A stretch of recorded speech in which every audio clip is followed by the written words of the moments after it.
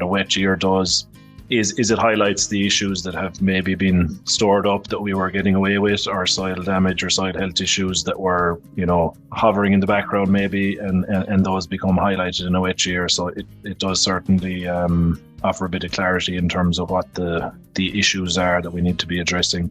It has been a long autumn so far, and traditionally the wettest period is still ahead of us.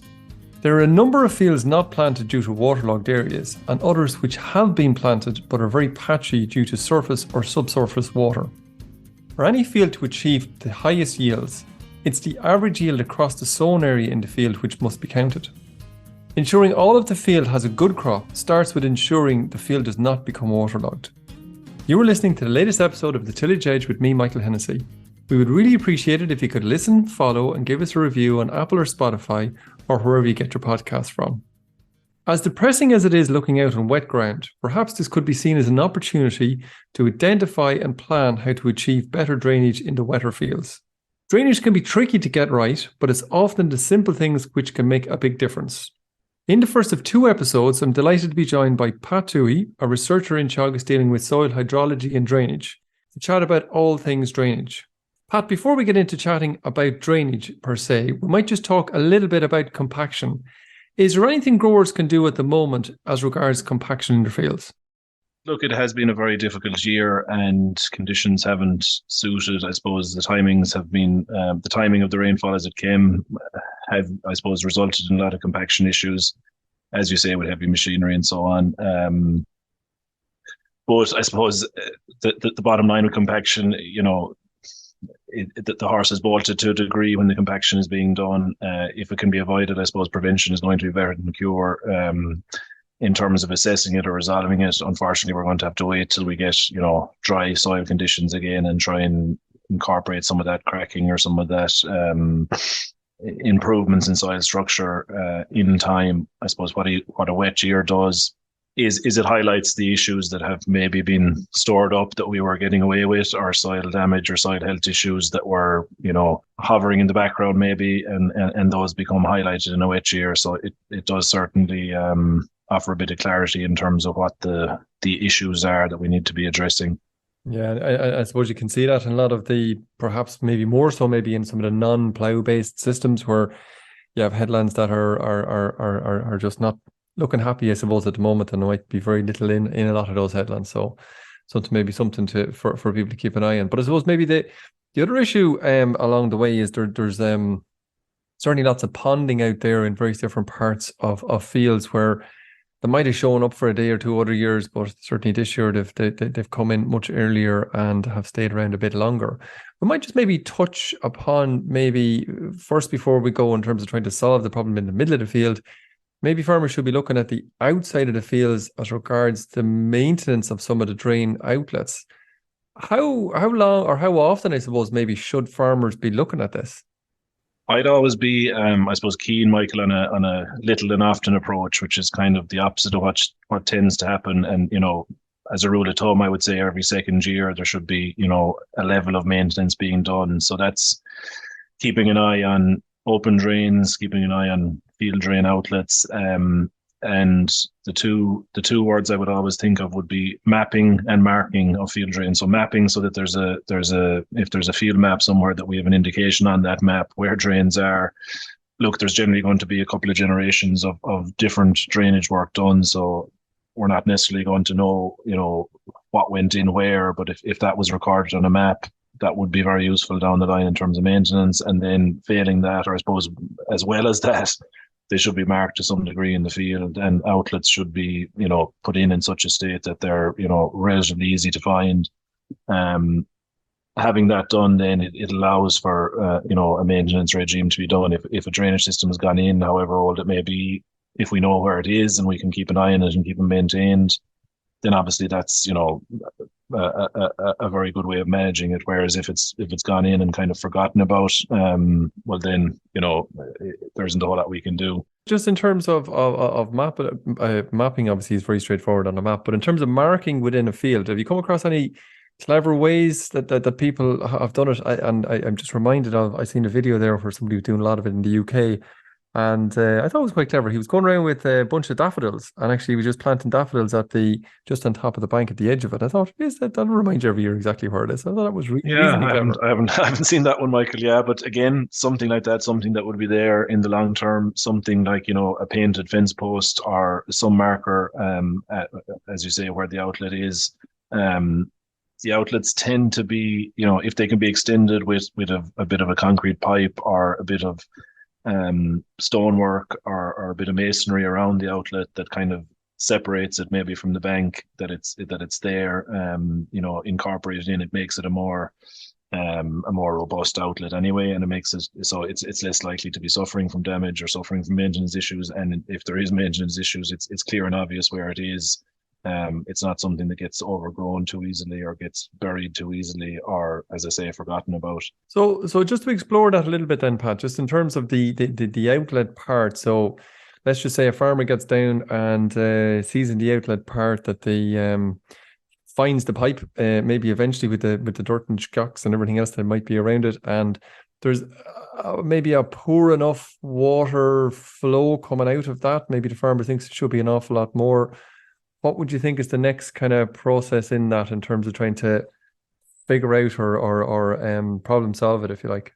Yeah, so look, there's the less glamorous old-fashioned way of rodding those outlets, with a set of sewer rods or something as simple as that. There's more advanced ways of doing it. There is jetting systems there now, which are spools of pipe that are fed up into the drains and then, are in a different league in terms of the amount of cleaning that they can do of a drain. So it's a matter of keeping an eye and, like you say, Michael, over a number of years, maybe they aren't what they were, or the farmer can say, X drain or Y drain was a lot more, there was a lot more water flowing at it, 5 years ago, 10 years ago, 20 years ago. And coming at that from the starting point, say maybe there is something in that, or it started to slow down. The issue then, I suppose, look, just to be aware of the wider issues in terms of particularly with the larger systems or the larger water courses, if there is a relationship there with the local fisheries office, or be they from the county council or inland fisheries, it would be, good to keep that relationship intact in terms of contacting those when there's issues around maintenance, because you can end up losing a lot of sediment down the water course or down into the wider catchment. There's issues there around keeping those works till, the kind of mid-May till mid-September is what's recommended in terms of not disturbing fisheries and particularly younger fish.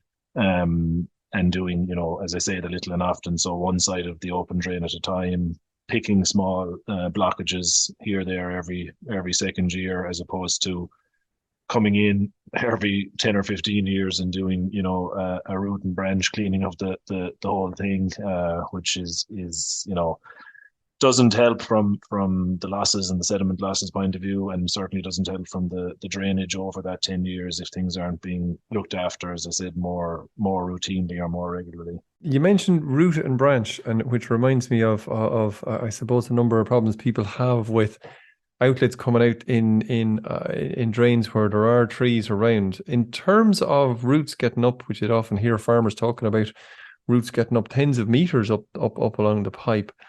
Is there a best or recommended practice in terms of putting solid pipes from the side of the outlet back into the field to try and minimize that?